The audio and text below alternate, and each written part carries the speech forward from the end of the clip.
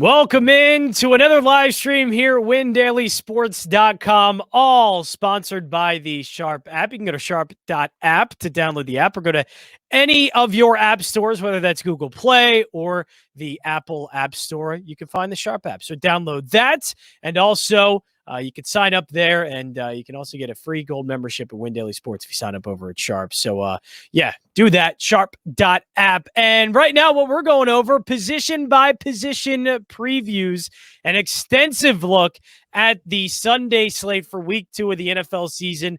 And of course, week 2 is always wacky, and week 2 is basically we're overreacting for week 1. How does everything look week 2? So we have it all for you here at WinDailySports.com. My name is John Jansen, at JJansen34, joined by Jason Mezrahi. You can follow us at WinDailySports and be sure to subscribe on our YouTube channel, WinDailySports, as well. Jason, week 2, how do you usually approach week 2 real quick after, we get everything from week 1 and then all of a sudden it's like, all right, well, are we going to see any of that happen in the next week? Yeah, week 2 is going to be glorious. It's definitely going to be a big week, man. Like week 1, we were launching a bunch of new tools on Win Daily. We were onboarding a bunch of new members, working with everybody in expert chat. A lot of people don't realize how hard it is to help so many people at the same time, try to help yourself and make your lineups. Now that we got everything cooking, our tools are cooking, our new projection model, the aesthetics of a new model are up and running. We get to see week 1, certain things play out. I'm feeling really confident about week 2. I feel like there's a couple games that we're going to talk about that just look like they're going to go out there and there's going to be fireworks. It looks pretty focused on 3 or 4 games. And look, those are games that everybody else is going to key in on. You have a Dallas defense, going against a good offense. So there's a couple games that we're going to get some shares of, but we're also going to find some sneaky games. And we're going to try to lay in some bets too, some props. And before we go that, we're also sponsored by the Thrive app, Thrive Fantasy. And these guys are out there doing big things. Got a big tournament coming up this weekend, had a big tournament last week, and it's $50,000 guaranteed, $10,000 the first. And the best part about it is the fact that I'm looking right now in app, and there's 92 entrants out of 2,800 people in this tournament. I don't think they're filling it. I think there's going to be a ton of overlay again, and it's free money. It's less people you have to beat. So go download the app, use promo code WINDAILY, get a 100% match up to $100. The first time depositors who deposit $10 or more, you'll also get a free month of Win Daily Gold membership. So definitely check them out. Not as many sharks out there, that would be on Draftkings and Fanduel. So something you really want to check out if you want a better chance at making money and cashing. So, John, let's get right into it, man. We got to talk about these quarterbacks first. That's where these DFS lineups start, and that's where the sports betting markets start too, man. You really got to have a leader that can go out there and win games for you and carry a lead. So where do you want to start? Who's the number 1 quarterback on your board right now? Number 1 quarterback on my board. That's a little bit tough because of the potential spots that you can go to. There's a lot of bad defenses like Baker Mayfield's going up against Houston. Is that more just of a rush day, or is it going to be, one that he can put up 300 yards in? If I'm going anywhere, though, it's probably Kyler Murray. You get the rushing upside, but you get the fact that he is going up against one of, I think, again, the worst secondaries in all of football. They tried to shore it up, and all they did was just get torched by Joe Burrow. Joe Burrow was fantastic in a game where he was coming back from an ACL injury, and all he did was torch them in an efficient way with his great wide receivers. And guess what? Kyler Murray looked fantastic against Tennessee, and he has just as good wide receivers, and he's a better quarterback at this point than Joe Burrow. I think Kyler Murray has to be number 1 on the board. I know he's going to be, high priced, and I'm sure there's going to be a little bit of chalk, but against that Minnesota defense, he's going to be the top fantasy scorer, I think, for week 2. Yeah, remember what we said last week, man. Before he got hurt, after about like week 10, week 11 last year, he was dominating. He was the number 1 quarterback as far as fantasy points go. He comes out week 1. He's obviously healthy in week 1. He lights up the scoreboards, running the ball, passing the ball. He's electric. He's elite. And he's going to do the same thing this week. He is your cash game quarterback. If you want that perfect mold of a high floor due to the rushing upside, a great matchup, great weapons, And you know who to pair him with, man. It's pretty damn easy. You pair him with DeAndre Hopkins. Yep. So he is number one on WinDailySports.com. He's going to be number one across most projection models.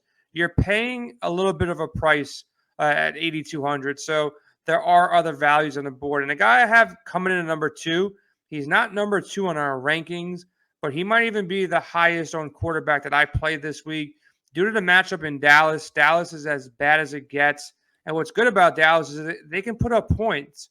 So even if their defense is atrocious and, certain people might think, hey, there's blowout potential with how bad their defense is, their offense is so good and it's elite on the backside that I think Herbert at 6,700, getting a $1,500 discount, playing against his Dallas secondary. They have injuries already on this team. I love what Herbert can do coming out of a tough matchup against the Washington football team. And then, go into like a cupcake matchup in Dallas, playing at home this time around. I really love the price tag at 6,700. I love pairing him with Keenan Allen or Jared Cook or Mike Williams, and we'll talk about that when we get to that position. But Herbert's going to be a guy that I have a lot of shares of. And I want to ask you, John, what do you think about this game? Do you think it's fireworks? And do you think that the Chargers, hold on? They won a gritty game in Washington. Do they hold on at home and win this game against Dallas? Yeah, that's a tough thing. Dallas is 3.5-point dog, and it's on the road, but Chargers don't have any kind of home field advantage. That just doesn't exist for the Chargers. So I get all of the Dallas defense's complete problem, and they're even down to Marcus Lawrence, so they're probably not even going to have a great pass rush. But I find a problem with just betting the Chargers as if they are this great team and they should be covering easily against Dallas and put up all these points.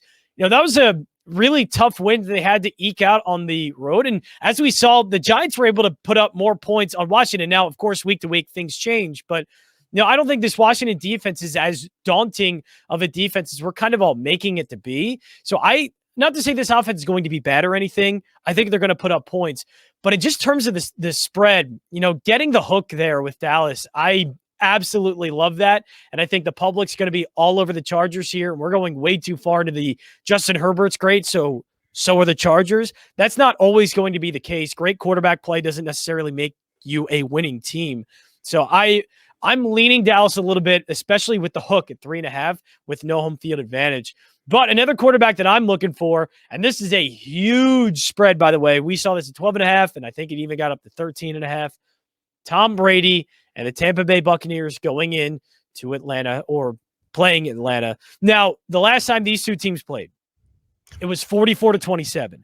Tom Brady is under 7K. I think Tom Brady is going to be one of the highest scoring players on the board. I know he doesn't have any rushing upside, and that's what we kind of look for a little bit in DFS. But at under 7K, you're going to get somebody that can potentially put up over 400 points or 400 yards, and put up 4 touchdowns. I think what I saw of that Eagles game, especially with that Atlanta defense, this Tampa Bay offense should have no problem putting up a bunch of points. And I think Brady does. And at under 7K, I think he's a pretty good spot here. I have him at my number 2. Yeah, I like Brady. Look, he's going to be under-owned compared to the top dogs. Nobody wants to play the old dog that just goes out there and, he dropped Right. He dropped 375 plus yards, in week one. My only worry with Brady here is I don't think Atlanta can keep up with Tampa Bay. I think Tampa Bay's defense will, shut down Atlanta. Atlanta was shaky against the Philadelphia defense. They couldn't punch balls in. They couldn't score. They couldn't put up points. And if Brady gets ahead, this game might be a game where he kind of just sits back and I don't know who the hell they're going to let run the ball in Tampa Bay. I don't want to play that game, but I see a little bit more of a running game. But I like the value at 6,700. It could be an easy day in the park. He goes in there, 3 touchdowns, 300 yards. At the price tag that he's at 6,900, he's definitely a guy that's in play. Another guy that's in play, Russell Wilson. He did what he had to do, made it look simple last week, got all the points early, didn't really have to throw the ball late. Efficient day, 250 yards passing, 4 touchdowns, no interceptions, spread the ball around to Lockett, Metcalf, Gerald Everett found a way in the end zone. So I think Russ in this game is facing an offense that's going to actually put up some points that makes it a longer game than it was against Indianapolis, where they didn't really have to throw the ball much late to hold on to victory there. And they kind of ran it down, Indianapolis's throat late in that game. So I think, Russ can find a way to be in a more of a shootout game. Tennessee got embarrassed, but they had to come back and put up some points here. So I think this has, game stacking, potential here with Tennessee and Seattle. And out of all the games, this will probably, out of all the high scoring games, let me correct that. Out of all the high scoring games, this will probably be the game that goes a little bit under owned. Look, the over under is 53. All these late games are the games that we're talking about. This game's 53, Tampa game 52, the Charger Cowboy game is 54.5. And, and then we're going to we talked about the Cardinals versus the Vikings at 50.5. From my thoughts, Tennessee and Seattle will probably get the least amount of ownership of these 4 games. And these are the powerhouse games that, for the most part, a lot of ownership will be on. So I think Russ can cook in this game. You have to make a decision on Lockett and DK Metcalf. I'm not sure if you can squeeze in both, but I do like Russell Wilson as a lower owned play that's going to be in a high scoring game. Yeah, I just like it. Tennessee's secondary is very suspect, and we saw that with Kyler Murray. And the last quarterback that I have, and this is going to be my value one that you can get under 6K, 5.6K is where you can get this guy. And if you look over at the Win Daily projections, he is going to be the second value here on the projections that you see. I think Atlanta's due for a bounce back, at least offensively. I don't know if they cover. I don't know if they win the game. I don't even think they get close.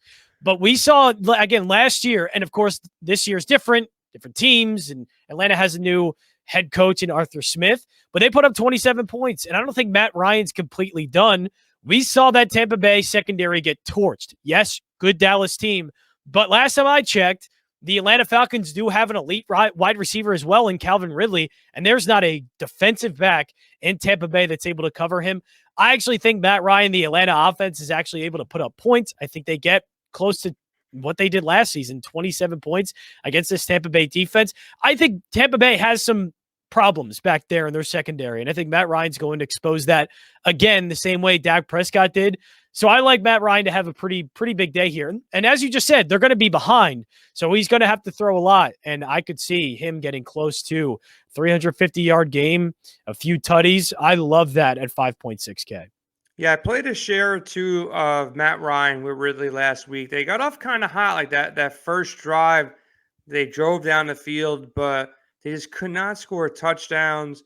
And I thought you were going to go to your guy in Philadelphia with Jalen Hurts at 6,500. But Matt Ryan is definitely sneaky. Tampa Bay is definitely going to be in the lead. They're going to be scoring a bunch of points. So Matt Ryan's going to be playing from behind. Yes, he has the weapons.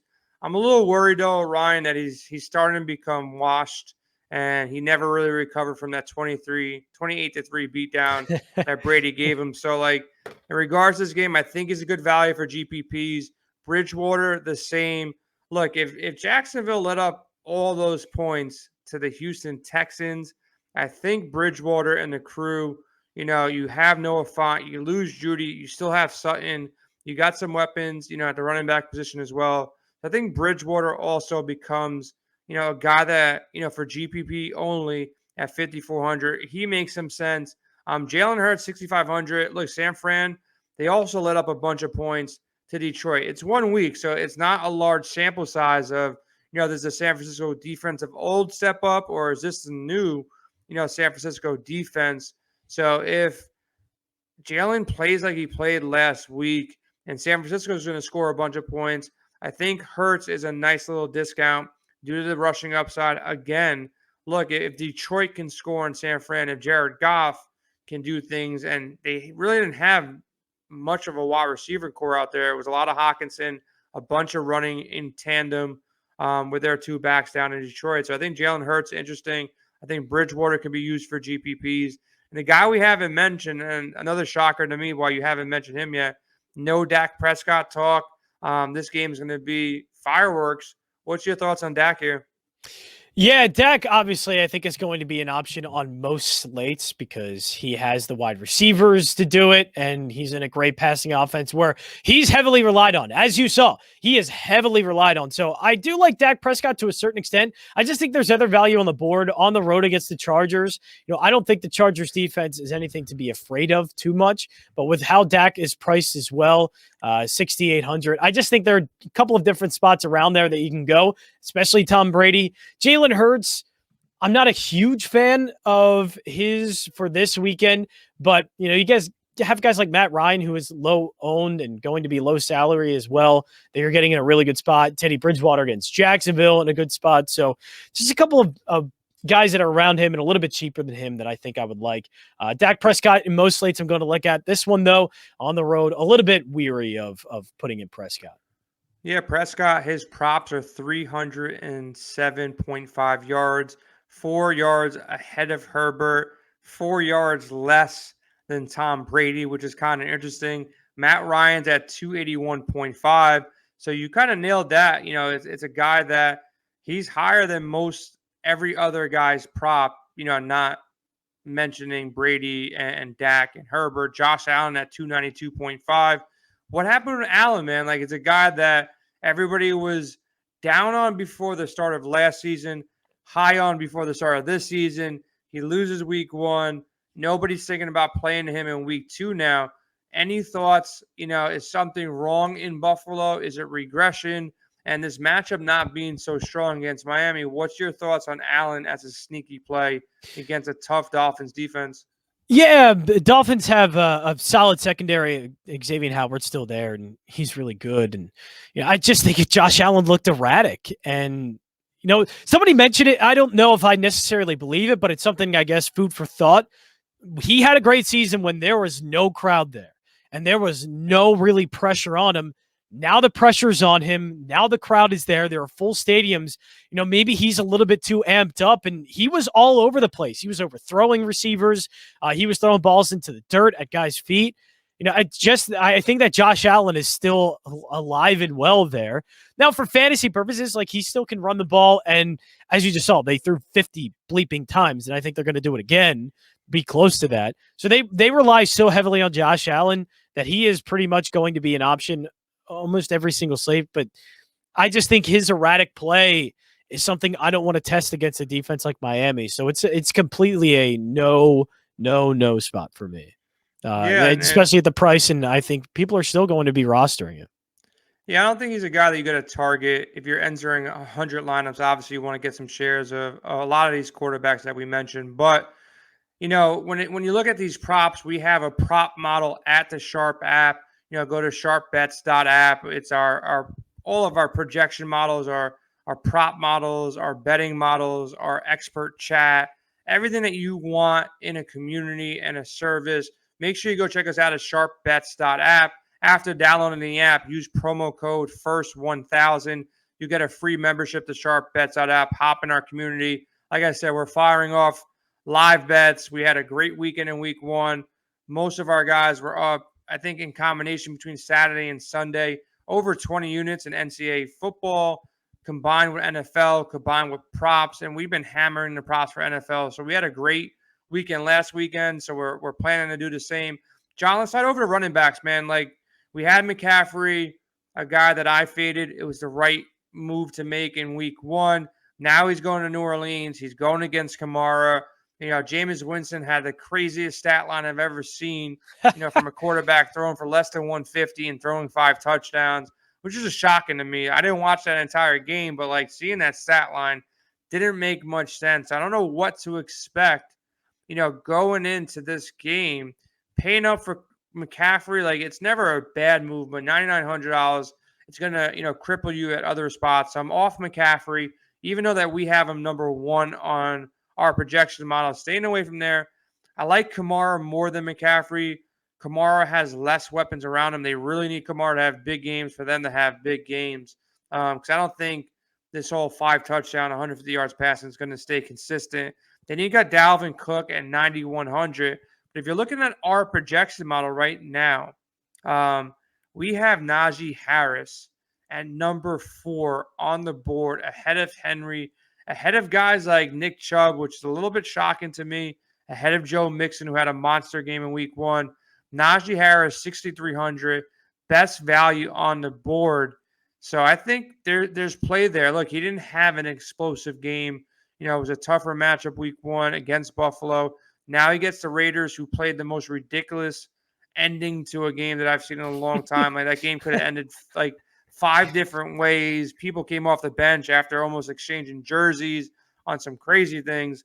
So, I think it's a letdown game for the Raiders. I think the Steelers roll here. And I think Najee Harris finds a way into the end zone once, twice for them to win this game and for him to, be the best value of the board at 6,300. He might be popular. If he is super popular, I like Damian Harris at 5,400. You can lock both Harrises and really load up at other positions. Like, typically, you wouldn't be able to go ahead and play 2 RB1s, at a price tag combined for 11.7. That's only like $1,800 cheaper than playing McCaffrey, and you're getting guys in good situations. The Jets are terrible. They're going to suck all year. They're going to be down a bunch of points. So game script are in both these guys' favor.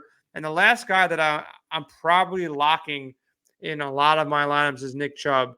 Look, Houston, they got out of Jacksonville with a win, but they're not going to beat Cleveland. Cleveland almost beat the Chiefs. They had them the whole way, and then Mahomes did Mahomes' thing. But Chubb, when he's playing with a lead, there's no better back that you really want than Nick Chubb. So this is going to be a game where they're going to be playing with the lead. So I think Nick Chubb can go out there and be the best raw points running back on the slate. So I like Chubb in this system. No Odell Beckham. They should throttle, the Texans here. A lot of Chubb early, a lot of Chubb late.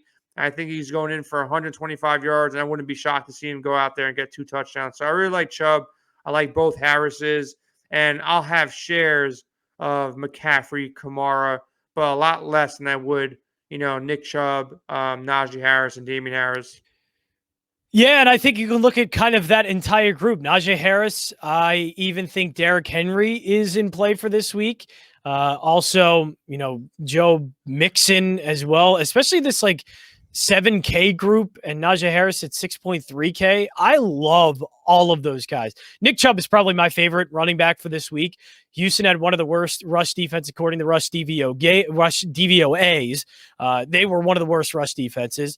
So was Kansas City last season, and they came into this year, and Cleveland ran all over that squad. They know it. Cleveland knows exactly who they are, and they know that they can do it well, and they know they are going to do it well. And they did it against Kansas City. They're going to do it against Houston. If you think, oh, well, look at what Houston did against Jacksonville's rushing offense, like Carlos Hyde and James Robinson didn't do anything. That game, Houston got off to such a big lead that it just ended up being 50 pass attempts for Trevor Lawrence. And look, Urban Meyer, I have no idea what he was trying to do, and they probably should have ran the ball more. They can run all over Houston. I think that they win this game. They're going to score 30 points, and I think that Nick Chubb is going to have one of those days that, you draft him for in the first round, close to 150 yards, a touchdown, maybe 2. And this is one of those, it's probably going to be a 2 RB day because Kareem Hunt's definitely going to get involved a little bit in the passing game. I could see him taking a screen to the house, but I can also see him getting close to 60, 70 yards, maybe 50, 40 yards receiving as well, and a touchdown somewhere. This is a game where both Nick Chubb and Kareem Hunt are absolutely fantasy viable. Yeah, Nick Chubb, man, 84.5 on the rushing prop. I think he smashes the over there. I think he goes over 100 pretty easily in this game. Easily, yeah, so 84.5. This line's going to move up a lot before game time, I would think. Houston hung in with Jacksonville, but it's a different game. Cleveland's playing at home. They're going to come out, pissed off that they lost against Kansas City because they could have won that game. 84.5. Ride the horse and Nick Chubb. I love that prop. That's probably something I'm going to hit, right when we get off the show right now. 84.5. He's one of the highest on the board, but he deserves to be that high. So he's a lock in DFS for me at the price tag. I'll take the discount. And you can see Vegas is backing Damian Harris too. Damian Harris, 73.5 rushing yards. I'm not going to hit the over there, but that gives me more confidence to play him in DFS. And same thing goes, for Najee Harris, 75.5 as well. So these are two guys that when you go down the board, you typically don't get a $5,000, $6,000 guy within 4 yards of Dalvin Cook, who's at 79.5. I know Dalvin might be a little bit more involved in the passing game than these other backs, but it's a situation that I would take advantage of in my DFS play. And John, just for shits and giggles here, because I know you love having this conversation, Vegas does not know what to do with Leonard Fournette and Ronald Jones. They got him Fournette at 34.5 rushing yards, Ronald Jones at 40.5. So Bruce Arians doesn't know what's going on.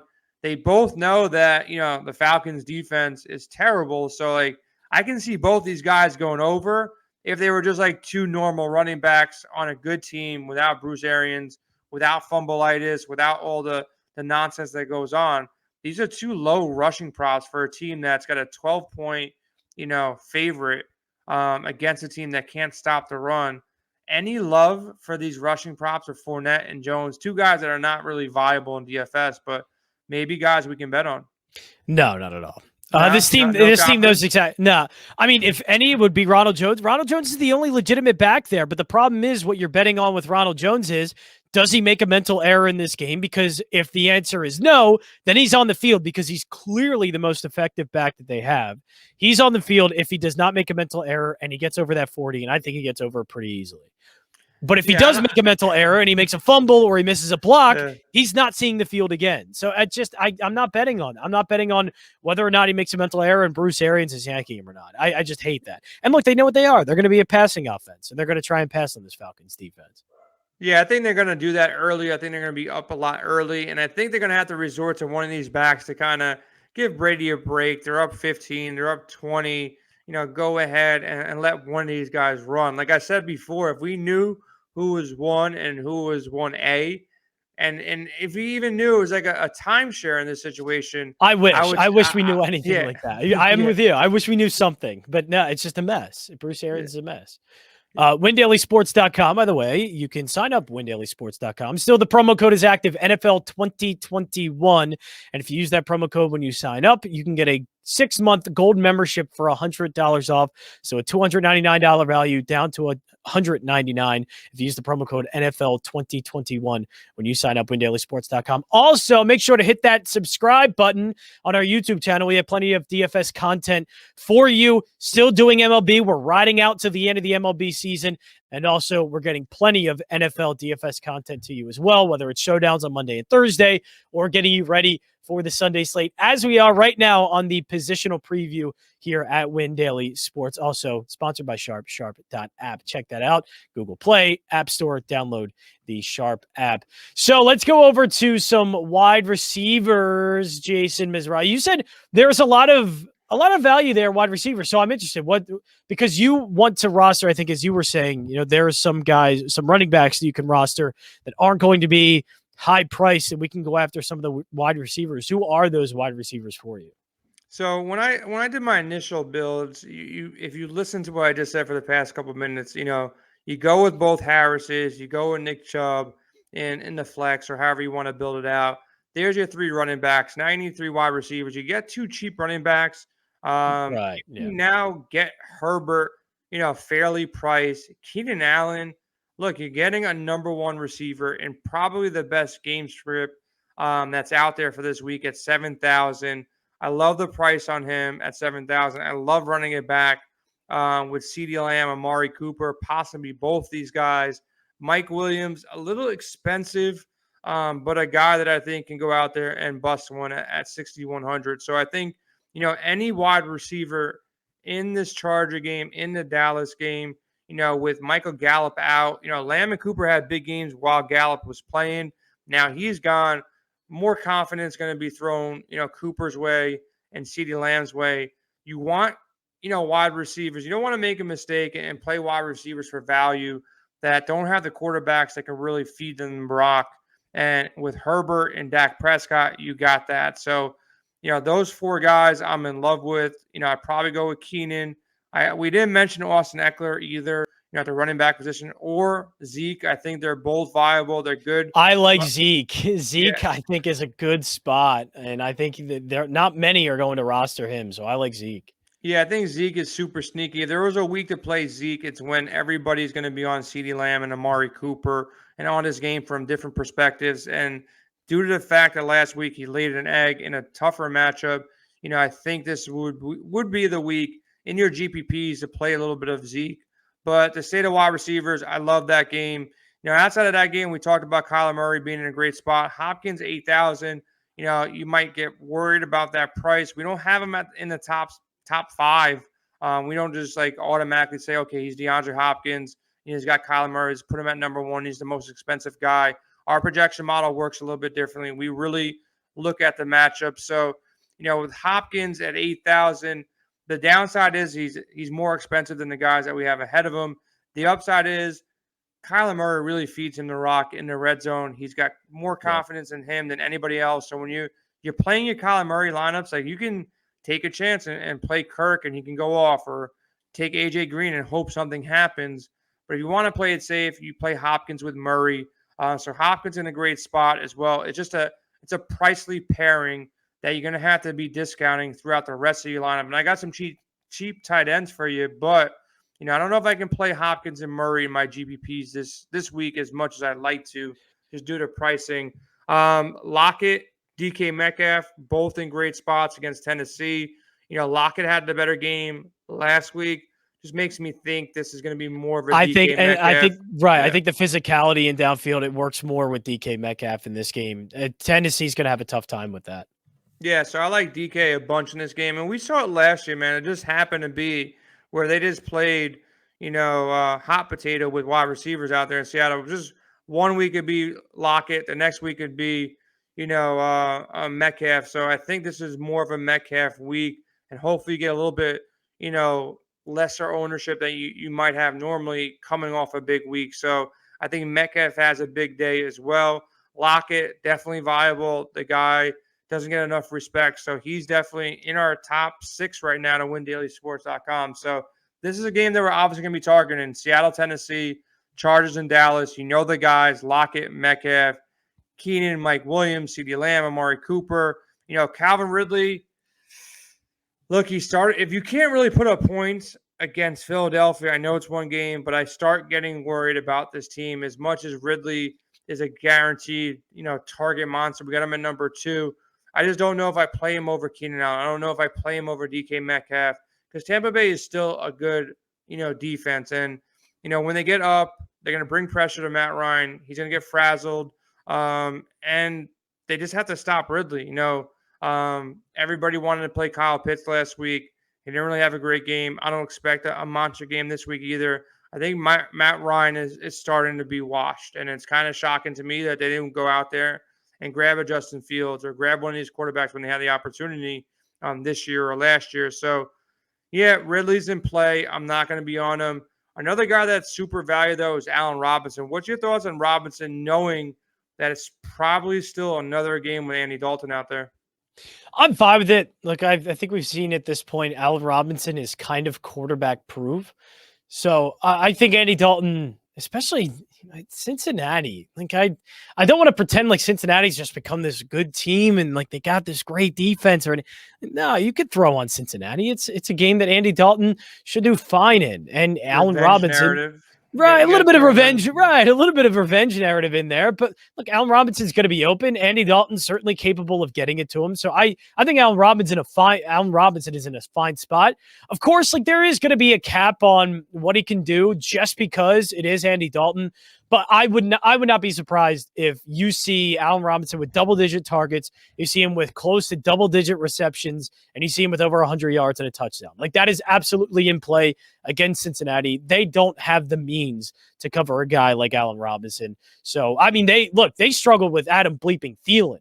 Like Allen Robinson is going to give them tons of fits, and Andy Dalton can certainly get it to him.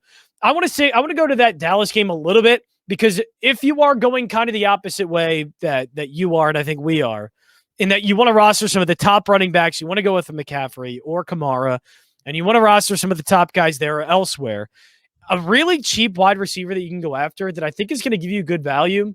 Since Michael Gallup is out, we saw there are 3 wide receivers that are fantasy viable in a Dallas offense. We saw it last week. Gallup, Cooper, and CeeDee Lamb all had close to 10 targets or more.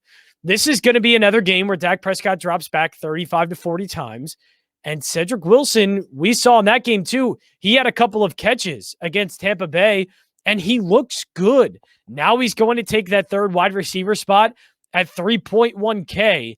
I think Cedric Wilson is going to provide you enough value there. And if you see, he is going to be, if you look at the Win Daily Sports projection model, he is one of the top values on the board at 2.94. So I love Cedric Wilson in this one because we know a third wide receiver can be a good fantasy option. And I think he's going to get those kind of targets, and you're going to see a lot of value in him for this game. Yeah, glad you brought him up. I'm glad you kind of, showed everybody that you don't always want to just go by the raw projection, who's going to be projected to score the most points, because as you start building out your lineup, you're going to start realizing that you can't afford all the best players. Exactly. So, going to value and looking at a guy like Wilson. Look, Terrace Marshall kind of burned everybody that played him last week. He's in the same Yeah, he's spot a hard again. one. That I want to believe it when I see it. Like, it needs to happen first for me to do it. Yeah, I'm going to stay away from that. I don't want to get burned 2 weeks in a row by Terrace Marshall. But Wilson, look, he's not going to burn you at 3,100. I think this is going to be a very high-scoring game.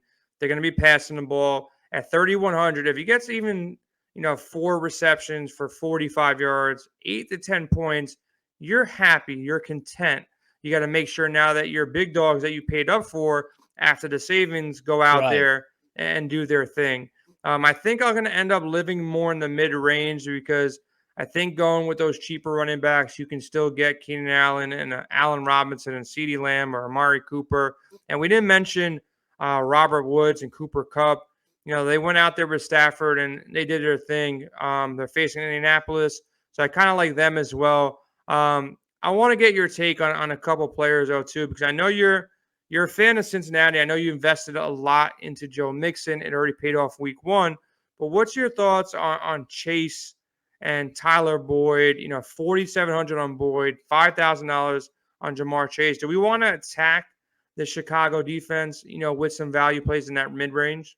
Yeah, if I'm not mistaken, the Bears are actually going through some injury problems in the secondary. So I think that's a spot, because they're probably going to have, if I'm correct in this, and they do have some injury problems in their secondary, they could be going towards either a practice squad guy or like a 4th, 5th string cornerback that is on the field. And guess who he's covering? He's not going to be on the outside. He's not going to be covering T. Higgins and Jamar Chase. He's likely going to go up against Tyler Boyd. So I think Tyler Boyd, if I want any Cincinnati receiver, he's the guy. But also, I cannot ignore the amount of usage that Jamar Chase had. He was running the most routes out of that wide receiver group. He was on the field more out of T. Higgins and Tyler Boyd. He is very clearly the number one guy.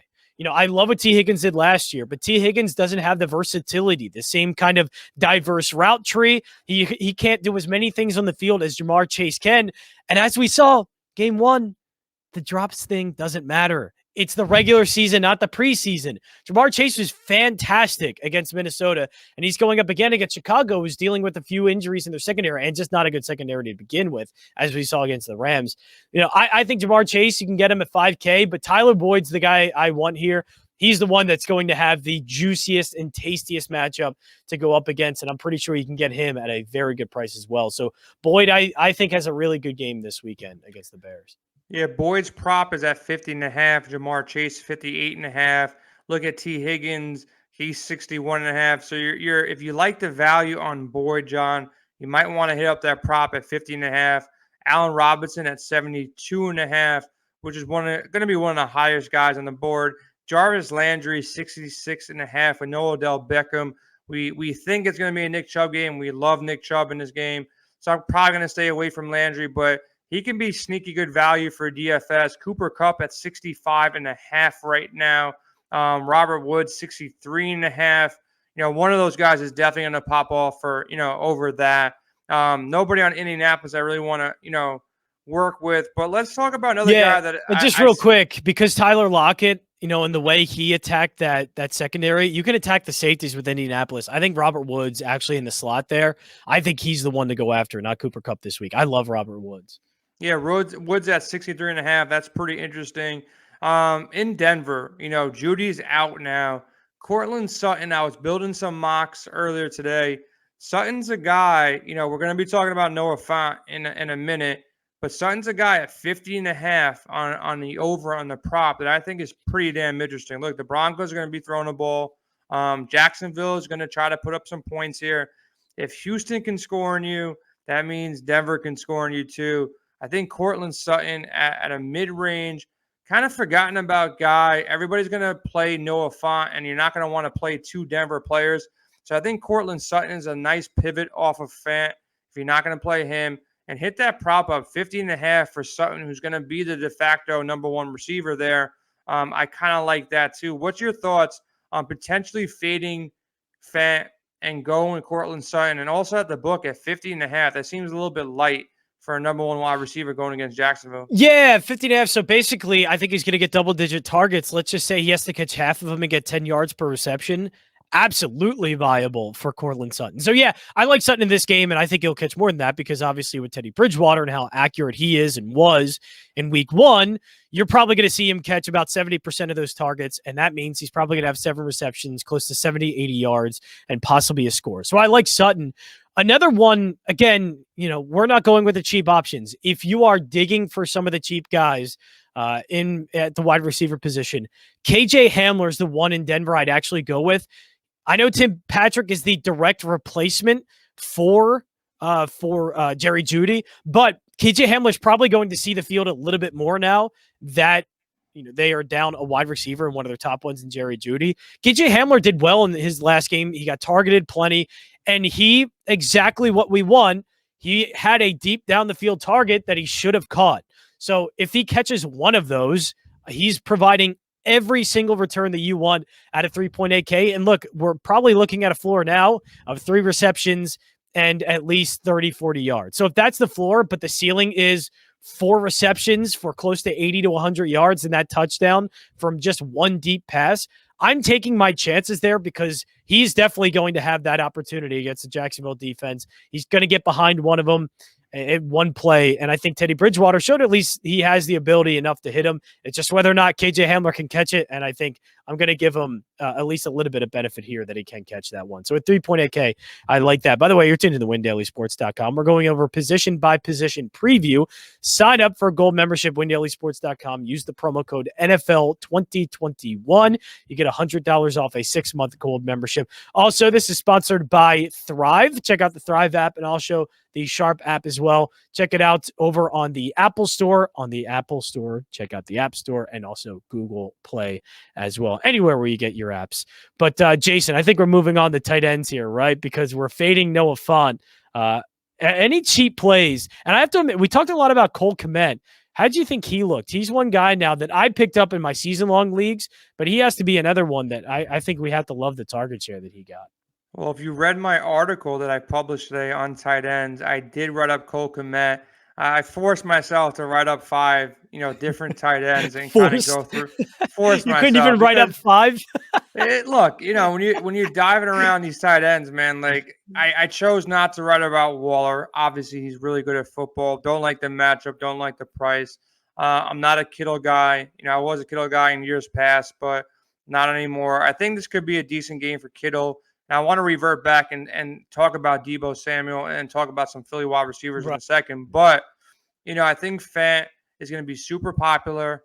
I think he's in a great spot. I think he's the best value on the board. He's the safest value on the board at tight end. You're not going to go wrong with him. He's going to be highly owned in cash, and he probably should be your cash tight end. Jared Cook was the second guy I wrote up. Look, if you want to double stack the Chargers with Herbert, I think you go with Jared Cook and Keenan Allen and get that discount instead of forcing in Mike Williams. I think this game is going to be high scoring. I think Jared Cook's forgotten about. So I like Jared Cook at 3,900. Once you go past that, if you're not going to play one of those 2 safe guys, 2 guys I think are going to have a good game, a great game potentially. Kmet at 3,700. He was a number 2 targeted, receiver in that offense. He's playing with Andy Dalton. Not a guy that's going to be throwing the ball downfield as much as, another quarterback out there. So Kmet, 3,700, low-owned play, a pivot off of Font, and a guy that probably comes in under 10% owned. So I like him. If you want to go deeper, I think Adam Troutman, look, there's no good wide receivers in New Orleans. They're 0. going to have to throw the ball a lot more than they did in week 1. So Troutman at 3,000, even cheaper on Fanduel. He's valuable as well. And then I don't like that you're not getting a discount on Gerald Everett, but I'll still play Gerald Everett at $3,600. Look, again, if I'm playing Russell Wilson, I would like to get, Metcalf and lock it in there together, but chances are you're not going to be able to fit those two guys together. So Everett's another play to pivot off one of the big guys and slide him in. Those are the 5 guys I like at tight end. I think, you want to keep yourself in the value zone. Maybe one out of every 20 lineups you play Darren Waller, you play one George Kittle, but outside of that, you go to value and you go all the way down the board, the 5 people I mentioned. But John, before we get your take on tight ends, we skipped over Deebo Samuel. With Ayuk, potentially, we don't really know the situation at the time that, we're doing this podcast, live stream, and all that kind of good stuff. 58.5 on Deebo Samuel. I kind of like the over there. I also want to get your take. Jalen Wrecker, 34.5 on a prop. Devontae Smith, 49.5 as well. Any love for those props or any love for Philadelphia receivers or Deebo Samuel in this game from a DFS perspective? Yeah, with the injury in the secondary, and especially one of their top guys, I think Devontae Smith, he's just so good, and we saw that week 1 against Atlanta that he's going to be the top target getter in Philadelphia. Not only top targets, but he's good enough that he's going to be wide open, and Jalen Hurts can get it to him. So I think Devontae Smith, at least for now, the books are going to need to adjust because he's just going to be the top guy, and he's probably going to get at least a floor of 60 to 70 yards each game. Six receptions, I think 70-some yards against Atlanta, a touchdown. I think that's perfectly reliable each and every week that he's going to be the guy that can absolutely do that. Jalen Wrecker, I don't know. If it wasn't for that late play, I don't really like the day that he had. Like, Atlanta gave up by the end of that game. By the time he scored that touchdown, that game was over, and Atlanta wasn't playing at all. Quez Watkins was the guy that they were involving early on. It didn't really mean much towards the end, but I just think that second wide receiver spot in Philadelphia, I don't think you trust yet because all he's using is both Reagor and Quez Watkins on sort of those bubble screens and screen passes. Now, of course, they're both talented enough to take it to the house. But again, Reagor, I think, was able to just benefit on some kind of garbage time points against Atlanta. Deebo Samuel, I don't like the passing game too much and for either team in this one. But Deebo Samuel, kind of the same thing at Devontae Smith. He's going to get a bunch of the targets because Brandon Ayuk, it seems like they're not completely reliable or wanting to rely on him yet. So it's just going to seem like the Deebo Samuel show. But I think it's more of a George Kittle game in this one. I still think you could attack the tight ends. Atlanta just wasn't able to do it with Kyle Pitts. But I think with a veteran tight end and a quarterback that relies so heavily on his tight ends, you're probably going to see a big game from George Kittle. I think the running game is going to do pretty well. Atlanta kind of pushed the Eagles up front early on, and I think you see Elijah Mitchell getting some early yardage, probably close to 60, 70 yards in the first half, I'd even say. I like that. But, I just think they're going to have a lot of success early on. Not saying Elijah Mitchell has over 100 yards for the game, but I think early on they're able to push the Eagles' defensive line a little bit, and I think Kyle Shanahan's rushing offense can get some things done. But George Kittle is the guy. I think this is a big Kittle day. Yeah, look, if no Ayuk again, Kittle is going to go out there one of these days have a George Kittle game. So it's a sneaky call. Right, and who's covering him? Like Eric Wilson isn't a good coverage back. Alex Singleton isn't a good coverage linebacker as well. They just don't have the personnel to do it. Now, of course, they found ways to stop Kyle Pitts, but as we know with Kyle Shanahan, he will scheme George Kittle open, especially against a defense like this that doesn't really have – they're going to be playing their backup secondary or backup safeties because Rodney McLeod still isn't healthy yet. And so they're going to play Ant Harris. They're going to play Kevon Wallace, who's in his second year. Two guys that I think Kittle can attack, and the linebackers aren't good. So I think Kittle's due for a big day. So you got Kittle over 68.5. I got Deebo over 58.5. We'll see who ends up on top. And I've been talking to the sharp guys all week long. Obviously, I'm one of the founders of the app. So I was picking John's brain. He agrees with you. It's an early look. He hasn't locked these bets yet, but he does like Dallas holding on, with the points. And he also the Johns just know how to bet Dallas. That's all I'm saying. The Johns just know what's up. There you go. And he also likes Minnesota and he likes Cincinnati. So those are the 3 plays he's on this week so far. Don't forget, he gives away a free bet of the day every single day on the Sharp app. So go download it. It's completely for free. He likes these 3 bets. We like some props. I like the Nick Chubb prop over rushing yards. We like Deebo Samuel, George Kittle. I like Cortland Sutton over. Rewind the track. We went over a bunch of plays. We went over running backs, wide receivers, tight ends, quarterbacks. We got a lot of promos at windailysports.com. What we go by is the projection model. So the projection model that we use that John has up, I use that every single day for every single sport to really see, where we stand for showdowns, for, we have an optimizer with, ownership and all that kind of good stuff. So you got to put in the work, whether you're building lineups or you're working the sports books. So take advantage of the resources that we have at the Sharp app, at Win Daily. Check out our partners at Thrive. And John, your favorite bet of the day, man. What is the favorite bet going into Sunday? It could be a prop. It could be the Cowboys. Give me something. Yeah, I'm just going to go with the line that I think is a little bit mispriced because of what happened in week 1. I know Tennessee looked like they have some problems, but this is a line that if everything kind of went normal, and even if Tennessee lost by a couple of points and didn't look that bad doing it, this is probably a line that was going to be close to 3.5. It's at 6 right now. That is a huge spread for a team that we thought was an AFC contender. So I think it's a bit of an overreaction to Seattle. I think Tennessee's offense is going to come back and look better. Seattle's defense isn't good at all, and I know Arizona's wasn't either, but I think there's going to be some positive regression, as we like to say in the industry there with Tennessee. I think we're going to see some points. And 6 points is just going to end up, I think, looking like a little bit too much for Seattle to cover. So that's my play there. I'm going with, and it looks like John is a little bit as well, going with some of the, the underdogs and some of the ones that I think the public's going to be overlooking and maybe overreacting to.